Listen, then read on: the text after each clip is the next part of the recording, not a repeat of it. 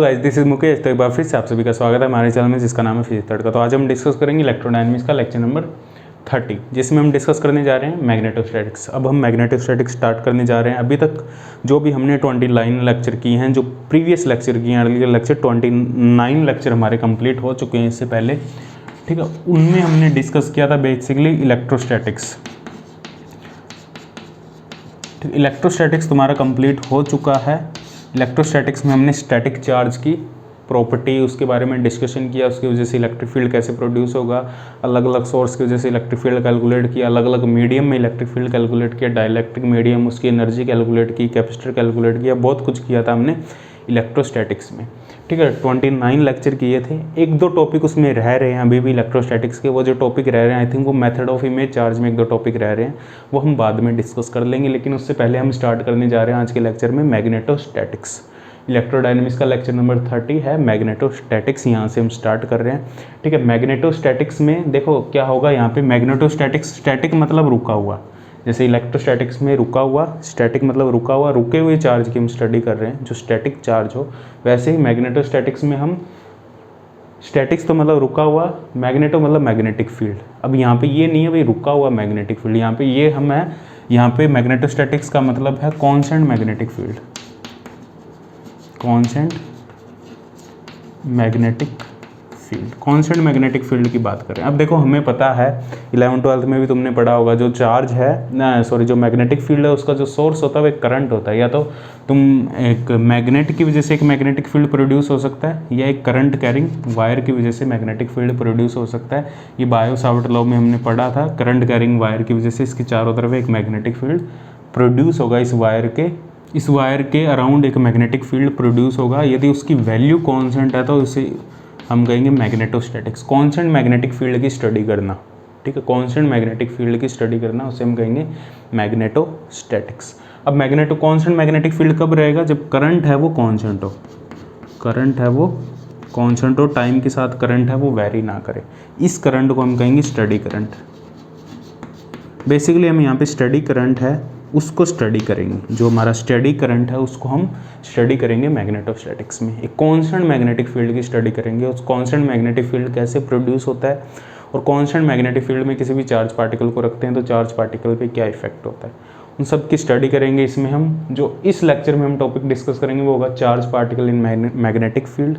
Second topic होगा charge particle in electric and magnetic field. Theoretical discussion करेंगे हम, कोई मैथमेटिकल यहाँ पे ज़्यादा लंबे डेरिवेशन नहीं करने वाले, थियोरेटिकल डिस्कशन करेंगे charge particle in electric and magnetic field. Third topic होगा हमारे पास गॉस लॉ ऑफ मैग्नेटोस्टैटिक्स, ठीक है। ये जो लेक्चर होगा वो CSIR नेट, ऑब्वियसली तुम्हें पता ही होगा, नेट GRF फिजिक्स और IIT JAM फिजिक्स वालों के लिए इम्पोर्टेंट होगा, और बाकी जो MSc एंट्रेंस वगैरह देना चाहते हैं उनके लिए भी इम्पोर्टेंट होगा, ठीक है। और ये जो टॉपिक है ये 11th-12th क्लास में भी तुमने पढ़े होंगे, Biot Savart law, magnet charge particle in magnetic field, Lorentz force वगैरह, ठीक है। वही हम दोबारा स्टडी करने वाले हैं यहाँ पे, ठीक है। सबसे पहले हम डिस्कस करते हैं charge particle in magnetic field. Charge particle in magnetic field, magnetic field में चार्ज पार्टिकल को रखेंगे तो उसका बिहेवियर कैसा होगा, कैसा पाथ होगा उसका, क्या मोशन होगा उस चार्ज पार्टिकल का, कैसा फोर्स एक्सपीरियंस करेगा, या इसको हम ये भी कह देते हैं मैग्नेटिक फोर्स, मैग्नेटिक फोर्स, ठीक है। तो हमारे पास कोई भी मैग्नेटिक फील्ड है, कॉन्स्टेंट मैग्नेटिक फील्ड है, क्योंकि मैग्नेटोस्टैटिक्स की बात कर रहे हैं तो एक कॉन्स्टेंट मैग्नेटिक फील्ड है हमारे पास। कॉन्स्टेंट मैग्नेटिक फील्ड, ये हमारे पास XYZ प्लेन है, मान लो XYZ एक कार्टेशियन कोऑर्डिनेट सिस्टम है, XYZ, ये YZ प्लेन है हमारा, ये वाला जो प्लेन YZ प्लेन है। अब मान लो जो मैग्नेटिक फील्ड है वो अंदर की साइड है, इस प्लेन के अंदर, मतलब -x डायरेक्शन में जो मैग्नेटिक फील्ड है वो हमारा B0 -x डायरेक्शन में, ठीक है। मैग्नेटिक फील्ड वो अंदर की डायरेक्शन में, अंदर को हम यहाँ पे डिनोट करते हैं क्रॉस से। इनसाइड जो मैग्नेटिक फील्ड होता है उसको हम क्रॉस से डिनोट करते हैं, और जो परपेंडिकुलर टू द प्लेन होगा और इनसाइड होगा उसको क्रॉस से रिप्रेजेंट करते हैं। जो आउटसाइड होगा, प्लेन से बाहर की तरफ आ रहा होगा, उसको हम रिप्रेजेंट करते हैं डॉट से। क्रॉस से इनसाइड को, डॉट से आउटसाइड को, ये मैग्नेटिक फील्ड है। अब इस मैग्नेटिक फील्ड के अंदर मान लो एक चार्ज पार्टिकल है वो एंटर कर रहा है v वेलोसिटी से। इस मैग्नेटिक फील्ड के परपेंडिकुलर डायरेक्शन, मैग्नेटिक फील्ड अंदर की डायरेक्शन में है, चार्ज पार्टिकल है वो वाई डायरेक्शन में मूव कर रहा है, मैग्नेटिक फील्ड -x डायरेक्शन में है, चार्ज पार्टिकल वाई डायरेक्शन में v वेलोसिटी से मूव कर रहा है और इस मैग्नेटिक फील्ड के अंदर एंटर कर रहा है। जब वो इस मैग्नेटिक फील्ड के अंदर एंटर करेगा charge particle, it experienced a force, उसके ऊपर एक मैग्नेटिक फोर्स लगेगा। वो जो फोर्स होगा वो हमारा होगा Q V क्रॉस B, ठीक है, Q into V cross B। यहाँ पे जो क्रॉस है ये क्रॉस प्रोडक्ट है, ये जो यहाँ पे क्रॉस लगा है ये क्रॉस प्रोडक्ट है। यहाँ पे जो V क्रॉस B होगा वो होगा हमारे पास VB साइन थीटा और n कैप। n कैप है यहाँ पे हमारे पास perpendicular distance, V cross B के परपेंडिकुलर डिस्टेंस, जो V क्रॉस B की डायरेक्शन होगी। देखो V क्रॉस दो वेक्टर का क्रॉस प्रोडक्ट है, उनकी डायरेक्शन कैसे कैलकुलेट करते हैं, ये A वेक्टर है हमारे पास, ये B वेक्टर है, इन दोनों के बीच में एंगल थीटा है। तो A क्रॉस B की जो डायरेक्शन होगी, A की तरफ जो राइट हैंड है हमारा, राइट हैंड का जो हमारी फिंगर्स है वो A की तरफ हम उसको प्लेस करके हम B की तरफ कर्ल करो, उसको B की तरफ कर्ल करो, जहाँ थंब जाएगा वो A क्रॉस B की डायरेक्शन होगी। तो यहाँ पे V क्रॉस B है तो V की तरफ हमारी राइट हैंड की फिंगर्स करके और उसको B की तरफ कर्ल करना है हमें, B की तरफ, B अंदर की तरफ इसको कर्ल करेंगे हम, राइट हैंड की जो फिंगर्स है उसको V की तरफ हम करके B की तरफ कर्ल करेंगे, तो हमारा जो थंब है ऊपर की तरफ जाएगा, मतलब जो फोर्स है वो हमारा Z डायरेक्शन में होगा, फोर्स है वो हमारा Z डायरेक्शन में होगा। तो जैसे ही चार्ज पार्टिकल इसके अंदर एंटर करेगा, इस पर एक फोर्स लगने लगेगा Z डायरेक्शन में, Z डायरेक्शन में इसके ऊपर एक फोर्स लगने लगेगा, वो ये फोर्स होगा, ठीक है, Z डायरेक्शन में। अब इसकी वैल्यू मैक्सिमम होगी क्योंकि थीटा की वैल्यू 90 है, इस फोर्स की वैल्यू मैक्सिमम होगी, थीटा की वैल्यू 90 है, V और V है दोनों आपस में परपेंडिकुलर है, VB, ठीक है। तो ये फोर्स होगा हमारे पास QVB, ठीक है, और ये Z डायरेक्शन में होगा, और ये जो फोर्स होगा वो Z डायरेक्शन में होगा। तो चार्ज पार्टिकल अभी तो Y डायरेक्शन में मूव कर रहा था, जैसे ही इसमें एंटर करेगा इस पर एक Z डायरेक्शन में फोर्स लगने लग जाएगा, और ये हमेशा जो फोर्स है वो परपेंडिकुलर डायरेक्शन में रहता है V क्रॉस B के। तो जैसे जैसे पार्टिकल Z डायरेक्शन में मूव करने लगेगा वैसे वैसे वेलोसिटी भी चेंज होगी, वेलोसिटी चेंज होती जाएगी तो पार्टिकल की जो फोर्स की डायरेक्शन है वो ऑटोमेटिकली चेंज होती जाएगी। वेलोसिटी की डायरेक्शन चेंज होती जाएगी तो जो पार्टिकल है उसकी फोर्स की डायरेक्शन भी ऑटोमेटिकली चेंज होती जाएगी। तो इस पर एक फोर्स लगता रहेगा तो चार्ज पार्टिकल है वो एक सर्कुलर पाथ में यहाँ पे मूव करने लग जाएगा, इस मैग्नेटिक फील्ड के अंदर वो एक सर्कुलर पाथ में मूव करने लग जाएगा। मैग्नेटिक फील्ड तो इधर है अंदर की डायरेक्शन में, तो चार्ज पार्टिकल है वो एक मैग्नेटिक फील्ड में मूव करने लग जाएगा, एक सर्कुलर पाथ बनाएगा। अब एक सर्कुलर पाथ बना रहा है और हमें पता है कोई चार्ज पार्टिकल यदि सर्कुलर पाथ में मूव कर रहा है तो किस वजह से मूव कर रहा है, सेंट्रीपिटल फोर्स की वजह से। तो इस फोर्स को हम, तो मतलब ये फोर्स हेल्प कर रहा है उसको सर्कुलर पाथ में मूव करवाने के लिए। तो वो सेंट्रीपिटल फोर्स क्या होगा हमारे पास, mv² / r = QVB, ये हमारे पास इक्वेशन होगी। तो यहाँ से हम उस सर्कुलर पाथ की रेडियस निकाल सकते हैं, जिस सर्कुलर पाथ में चार्ज पार्टिकल मूव कर रहा है तो उसकी रेडियस ये r होगी, v से एक v कैंसिल हो जाएगा, ठीक है। तो यहाँ से r आएगा हमारे पास mv/QB, ये हमारे पास रेडियस होगी उस सर्कुलर पाथ की, लार्मर रेडियस भी कह देते हैं इसको, जिस सर्कुलर पाथ में चार्ज पार्टिकल मूव करेगा। एक कॉन्स्टेंट वेलोसिटी से मूव कर रहा है और वेलोसिटी हमेशा कॉन्स्टेंट ही रहेगी थ्रू आउट दिस जर्नी। इस सर्कुलर पाथ में जब चार्ज पार्टिकल मूव करता रहेगा इसकी वेलोसिटी कांस्टेंट रहेगी, वेलोसिटी चेंज नहीं होगी, क्योंकि जो फोर्स है वो V और B दोनों के परपेंडिकुलर डायरेक्शन में, मतलब फोर्स है वेलोसिटी के हमेशा परपेंडिकुलर डायरेक्शन में है, फोर्स वेलोसिटी के हमेशा परपेंडिकुलर डायरेक्शन में। तो चार्ज पार्टिकल की एनर्जी में कोई भी लॉस नहीं होगा, क्योंकि हमें पता है पावर का फॉर्मूला होता है F.V, पावर का फॉर्मूला होता है F.V। तो पावर यहाँ पे जीरो होगी, मैग्नेटिक फील्ड में कोई भी पावर का लॉस नहीं होगा, पावर जीरो होगी। यहाँ पे मैग्नेटिक फील्ड है वो जो चार्ज है जो मैग्नेटिक फील्ड के अंदर एंटर कर रहा है उसकी एनर्जी को कम नहीं करेगा, क्योंकि फोर्स हमेशा वेलोसिटी के परपेंडिकुलर डायरेक्शन में है। काइनेटिक एनर्जी में लॉस नहीं होगा, डायरेक्शन चेंज करेगा, वो डायरेक्शन तो चेंज करेगा लेकिन उसके मैग्नीट्यूड को, वेलोसिटी के मैग्नीट्यूड को कभी भी कम नहीं करेगा। मतलब जो उसका टेंजेंशियल एक्सेलरेशन है उसमें कोई फर्क नहीं आएगा, सेंट्रीपिटल एक्सेलरेशन पार्टिकल का चेंज होगा, ठीक है। सेंट्रीपिटल एक्सेलरेशन पार्टिकल का चेंज होगा, सेंट्रीपिटल एक्सेलरेशन चेंज होगा, बट उसका जो टेंजेंशियल एक्सेलरेशन है वो चेंज नहीं होगा, वो अभी भी जीरो रहेगा, क्योंकि पार्टिकल की जो वेलोसिटी है वो कांस्टेंट है। वेलोसिटी कांस्टेंट मतलब टेंजेंशियल एक्सीलरेशन पार्टिकल का, ये आई थिंक तुम्हें पता होगा यहाँ पे मैं क्या कहना चाह रहा हूँ। Centripetal action, tangential acceleration zero होगा, क्योंकि पार्टिकल की जो वेलोसिटी है उसका जो मैग्नीट्यूड है वो चेंज नहीं हो रहा, चार्ज पार्टिकल की डायरेक्शन चेंज हो रही है। तो यहाँ पे जो टोटल वर्क होगा जो मैग्नेटिक फील्ड करेगा चार्ज पार्टिकल पे F.ds, वो हमेशा जीरो होगा, क्योंकि जो फोर्स है हमेशा डिस्प्लेसमेंट के परपेंडिकुलर डायरेक्शन में होगा, क्योंकि सेंट्रीपिटल फोर्स है, सर्कुलर पाथ में चार्ज पार्टिकल मूव कर रहा है, तो जो फोर्स हमेशा टूवर्ड्स द सेंटर है और डिस्प्लेसमेंट इस डायरेक्शन में है। तो फोर्स है वहाँ पे जो वर्क होगा मैग्नेटिक फील्ड की वजह से, जो चार्ज पार्टिकल पे जो टोटल वर्क होगा वो हमेशा जीरो रहेगा। ये इंपॉर्टेंट पॉइंट्स है इसके। पावर लॉस जीरो होगा, वर्क जीरो होगा हमारे पास, F परपेंडिकुलर टू V होगा, टेंजेंशियल एक्सीलरेशन जीरो होगा, सेंट्रीपिटल एक्सीलरेशन यहाँ पे एग्जिस्ट करेगा, उसकी वैल्यू जीरो नहीं होगी। ठीक है, ये हमारे पास रेडियस होगी जिसे लार्मर रेडियस कहेंगे हम। टाइम पीरियड क्या होगा इसका? टाइम पीरियड होगा टोटल डिस्टेंस 2πr, टोटल उसकी distance upon velocity 2πr upon v। r की वैल्यू पुट कर दो यहाँ पे, r की वैल्यू क्या है हमारे पास? mv upon cube b, v से v कैंसिल हो जाएगा, 2πm/क्यूब।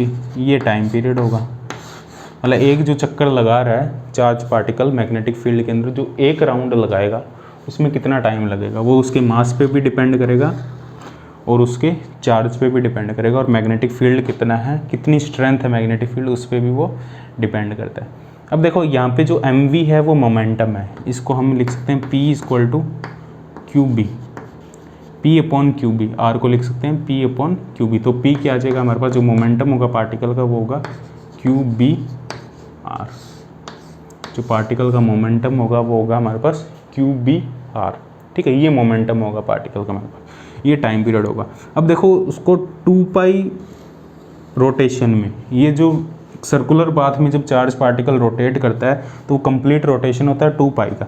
तो 2π रोटेशन में उसको टाइम लग रहा है कितना? 2πm/क्यूब। चार्ज पार्टिकल को जब 2π रोटेशन ले रहा है चार्ज पार्टिकल, तो उसको टाइम लग रहा है हमारे पास 2πm/क्यूब। यूनिट रोटेशन जब वो लेगा, मान लो यूनिट रोटेशन का मतलब वो यूनिट थीटा मूव कर रहा है, मतलब जो एंगल मूव कर रहा है वो 1 रेडियन का है, 1 थीटा का है, 1 डिग्री का है, तब उसको जो टाइम पीरियड लगेगा वो कितना लगेगा? m/क्यूब।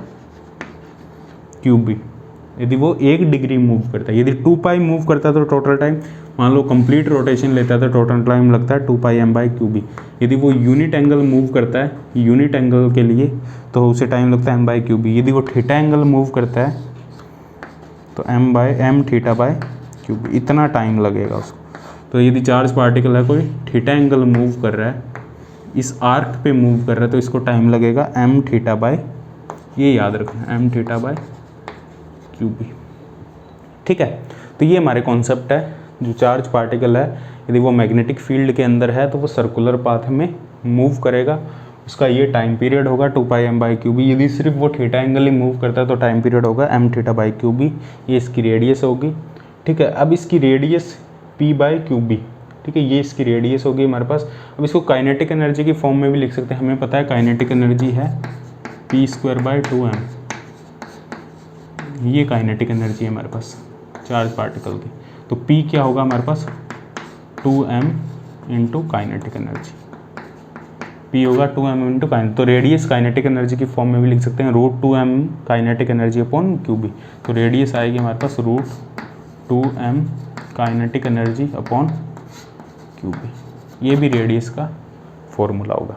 ठीक है, तो इसको जल्दी से नोट कर लो फटाफट से। जो सारे इंपॉर्टेंट पॉइंट्स है, सर्कुलर पाथ में मूव करेगा, वेलोसिटी कांस्टेंट रहेगी, वेलोसिटी की डायरेक्शन चेंज होगी, सेंट्रीपिटल एक्सीलरेशन होगा, टेंजेंशियल एक्सीलरेशन जीरो होगा, वर्क जीरो होगा, टाइम पीरियड, ये सभी नोट कर लो। इसके बाद में हम आगे डिस्कस करते हैं, इस पर 1-2 क्वेश्चन कर लेते हैं हम, फिर हम आगे बढ़ते हैं। ठीक है, यदि हमारा जो चार्ज पार्टिकल है वो परपेंडिकुलर मूव नहीं कर रहा, किसी एंगल थीटा पे मूव कर रहा है मैग्नेटिक फील्ड के साथ, तो क्या होगा यहाँ पे। ठीक है, वो हम डिस्कस करते हैं। तो इसमें देखो हम पहला क्वेश्चन डिस्कस करते हैं। पहला क्वेश्चन ये, हमारे पास 3 पार्टिकल है हमारे पास, एक प्रोटॉन पार्टिकल है, एक अल्फा पार्टिकल है, एक न्यूट्रॉन पार्टिकल है।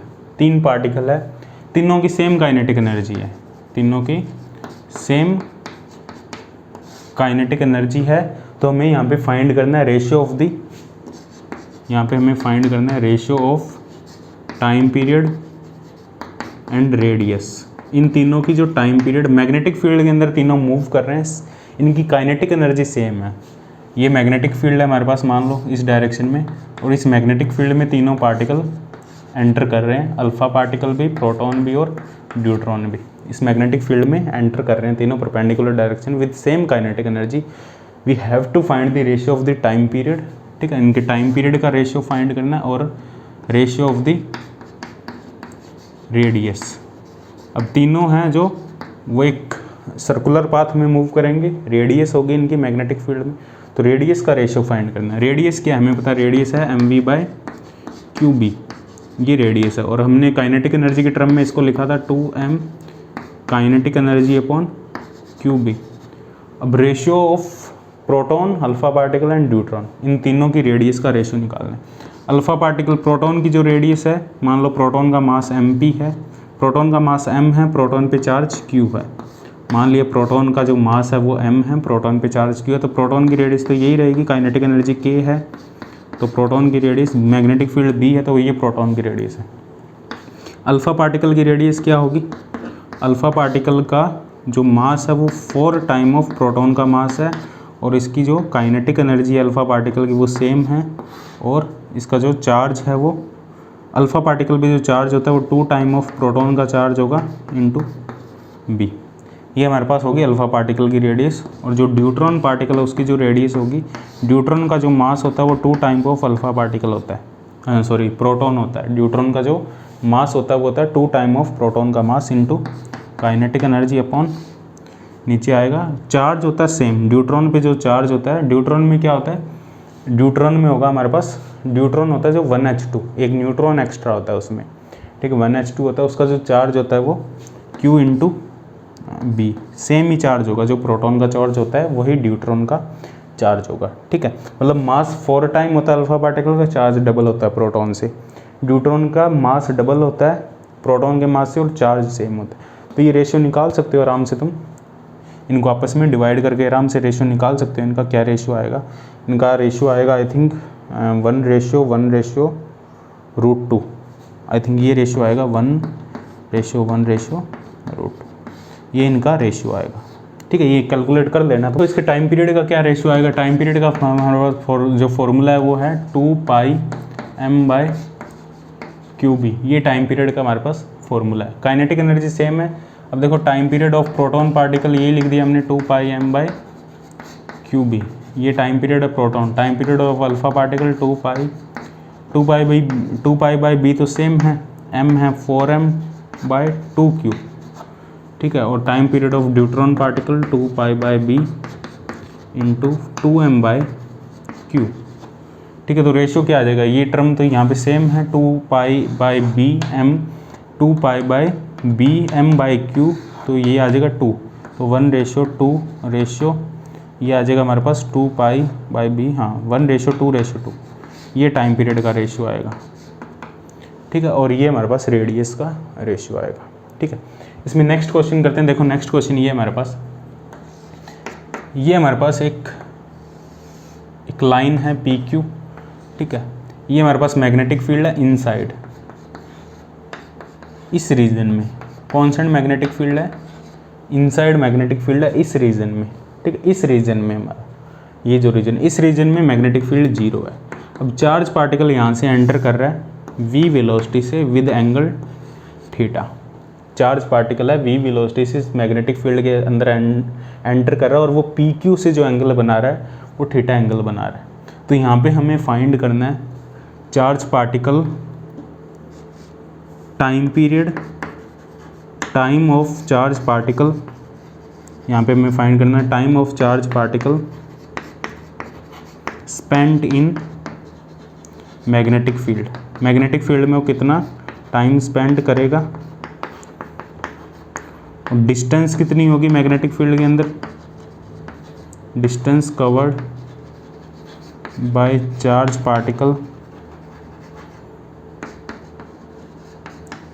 पार्टिकल इन मैग्नेटिक फील्ड, ये हमें फाइंड करना है। और इम्पल्स थर्ड है, ये फर्स्ट केस है, ये सेकंड है, ये थर्ड है। थर्ड हमें फाइंड करना है यहाँ पे impulse due to magnetic field. Impulse कितना होगा, इम्पल्स होता है हमारे पास चेंज इन मोमेंटम, ठीक है। तो ये तीन चीज़ें फाइंड करनी है। ये यहाँ पे मैग्नेटिक फील्ड है, constant magnetic field inside the plane, inside the plane एक कॉन्स्टेंट मैग्नेटिक फील्ड है। इस एक्सिस से पी क्यू एक्सिस से इधर इधर, इस एक्सिस पे पी क्यू से लेफ्ट साइड में मैग्नेटिक फील्ड 0 है, राइट साइड में एक मैग्नेटिक फील्ड बी है, चार्ज पार्टिकल है, वी वेलोसिटी से मूव कर रहा है, एंगल थीटा बना रहा है इससे। तो चार्ज पार्टिकल मैग्नेटिक फील्ड के अंदर कितने, पहले तो हमें देखना है इसका पाथ कैसे होगा, फिर ये इसके अंदर कितने टाइम रहेगा वो टाइम कैलकुलेट करना है, कितनी डिस्टेंस कवर करेगा वो हमें कैलकुलेट करनी है, और मोमेंटम इसका जो इम्पल्स होगा, जो मैग्नेटिक फील्ड इस पर एक इम्पल्स इंट्रोड्यूस करेगा, वो इम्पल्स कितना होगा वो सभी हम कैलकुलेट करते हैं। इसको जल्दी से नोट कर लो, इसको मैं रब कर देता हूँ, फिर हम इसको डिस्कस करते हैं। तो इसको यहाँ ड्रॉ कर देता हूँ मैं। ये हमारे पास लाइन है पी क्यू, यहाँ से ये एंटर कर रहा है थीटा एंगल पे।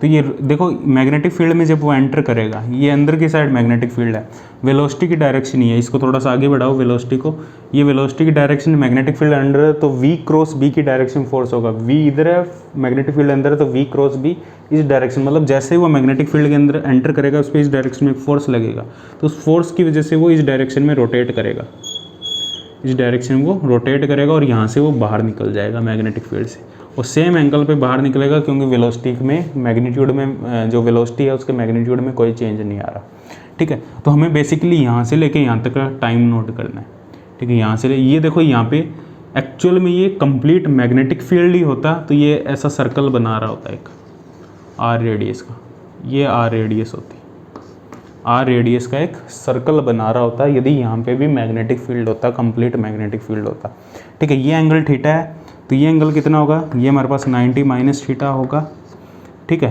ये 90 तो ये होगा हमारे पास थीटा होगा, और ये हमारे पास 90 है तो ये एंगल कितना होगा, ये थीटा है तो ये 90 माइनस थीटा होगा, तो ये एंगल भी हमारे पास थीटा होगा, तो ये एंगल भी हमारे पास थीटा होगा। तो ये जो बीच वाला एंगल है हमारा ये 2 थीटा होगा, मतलब ये जो चार्ज पार्टिकल है इस आर्क पे जो मूव कर रहा है, ये जो आर्क है वो सेंटर पे 2 थीटा एंगल बना रही है। जिस आर्क पे चार्ज पार्टिकल मूव कर रहा है वो आर्क 2 थीटा एंगल है इसके सेंटर पे बना रही है। तो टाइम पीरियड का भी हमने फॉर्मूला निकाला था, देखो 2 पाई एंगल बनाने में जो टाइम पीरियड लगता है वो लगता है हमें 2 pi m by q B. Unit time, unit degree या यूनिट 1 रेडियन कवर करने में जो टाइम लगता है हमें वो लगता है m बाई क्यू बी, और थीटा एंगल कवर करने में हमें जो टाइम लगता है m theta by q B, ठीक है। तो यहाँ पे जो थीटा है हमारे पास वो है 2 थीटा, मतलब ये कितना एंगल कवर कर रहा है 2 थीटा का, तो थीटा की जगह आ जाएगा हमारे पास 2 थीटा। तो this is the time spend by charge particle in the magnetic field region.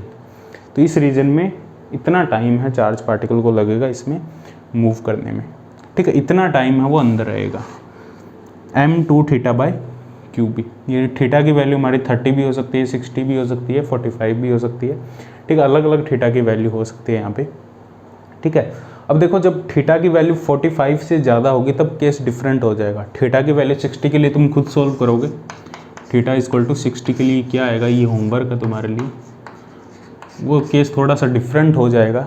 क्यों डिफरेंट होगा तुम सोच के वो खुद करोगे, इसका पाथ कैसे होगा थीटा इक्वल टू 60 पे, ठीक है। थीटा इक्वल टू 60 पे जो चार्ज पार्टिकल है उसका पाथ इनसाइड कैसा होगा वो तुम्हें खुद देखना पड़ेगा, ठीक है।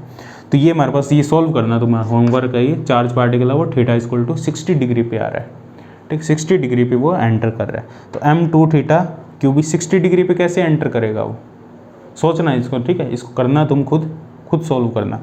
ये इतना टाइम लगेगा मैग्नेटिक फील्ड के अंदर, time spend by charge particle inside the magnetic field. Second case क्या करना है हमें, distance cover by the charge particle.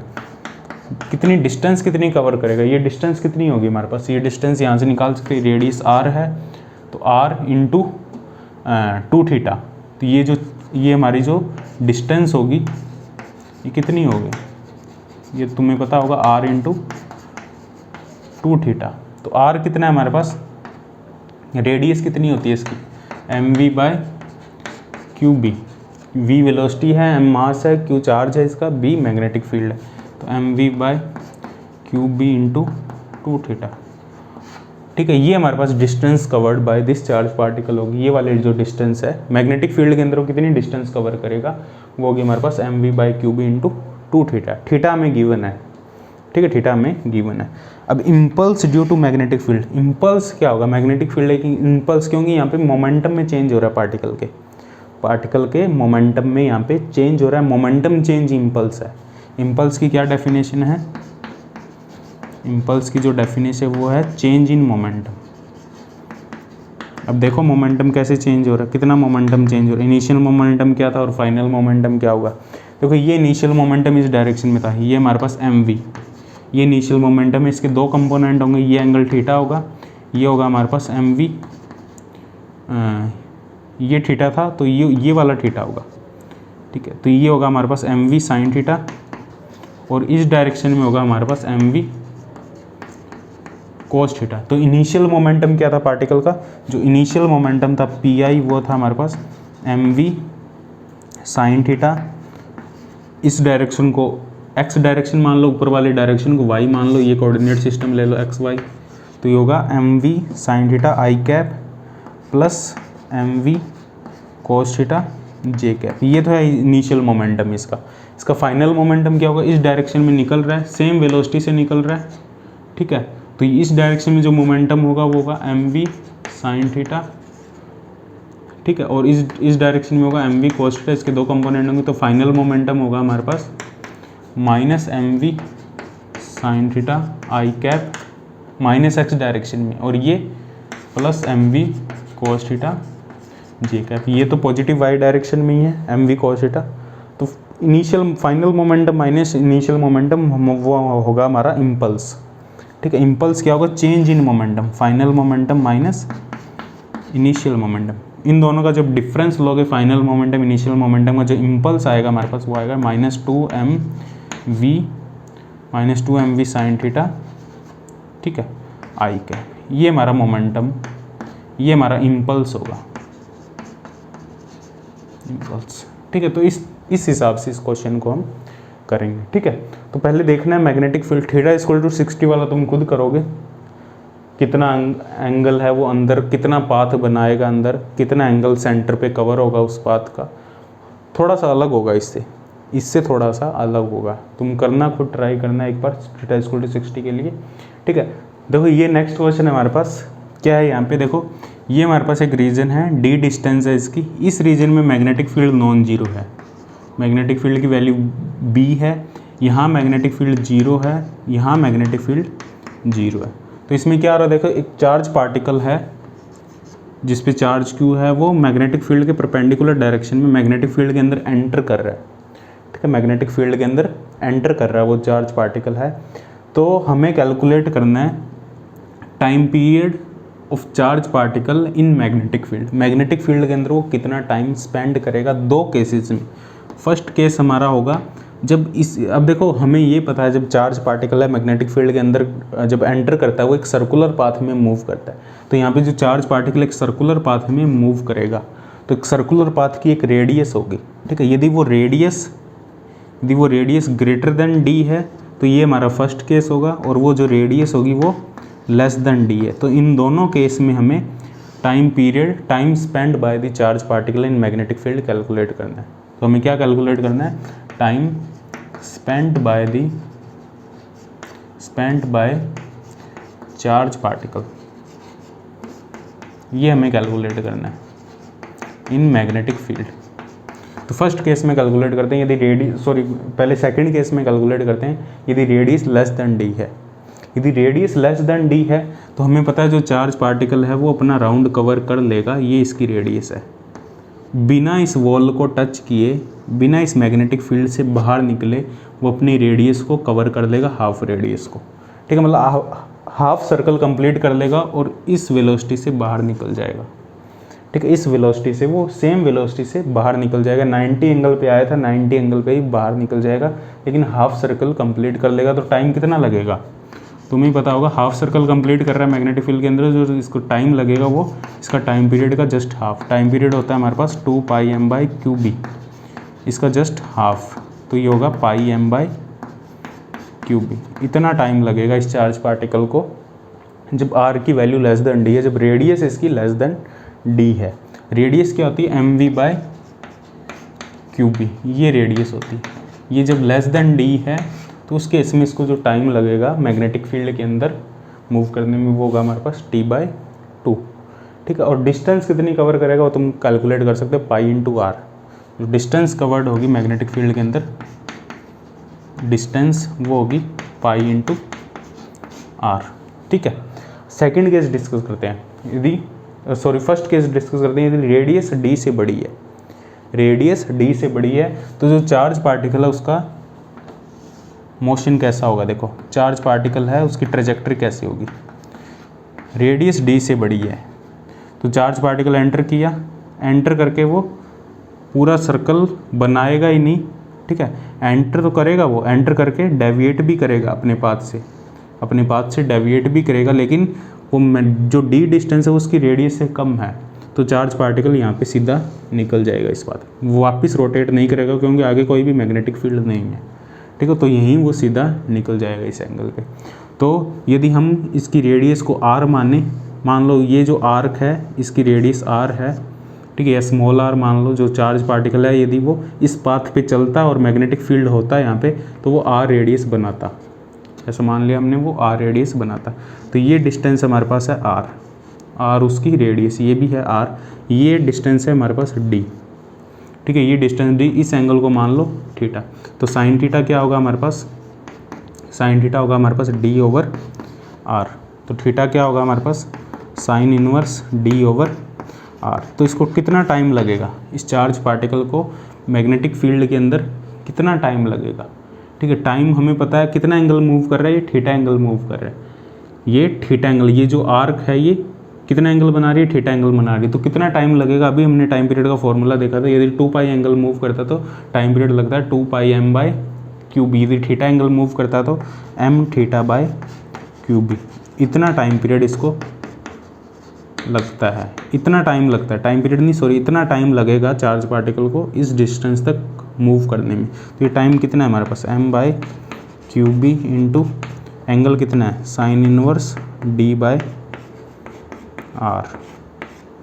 ठीक है। ये इतना टाइम लगेगा चार्ज पार्टिकल को इस पॉइंट से इस पॉइंट तक मूव करने में। और ये डिस्टेंस कितनी है, ये डिस्टेंस कितनी है,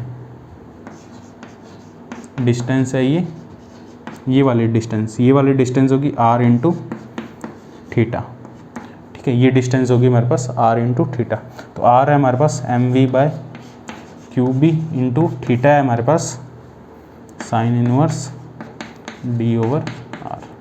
तो इस तरीके से हम कैलकुलेट करेंगे, ठीक है। चार्ज पार्टिकल है मैग्नेटिक फील्ड के अंदर, यदि मूव करेगा तो देखो सर्कुलर पाथ में मूव करेगा, लेकिन वो सर्कल कंप्लीट होगा नहीं होगा वो सब मैग्नेटिक फील्ड पे डिपेंड करेगा, कितने रीजन में मैग्नेटिक फील्ड है, क्या रेडियस है, ठीक है, किस एंगल पे वो मूव करेगा, किस एंगल पे बाहर निकलेगा, वो सब हम कैलकुलेट कर सकते हैं।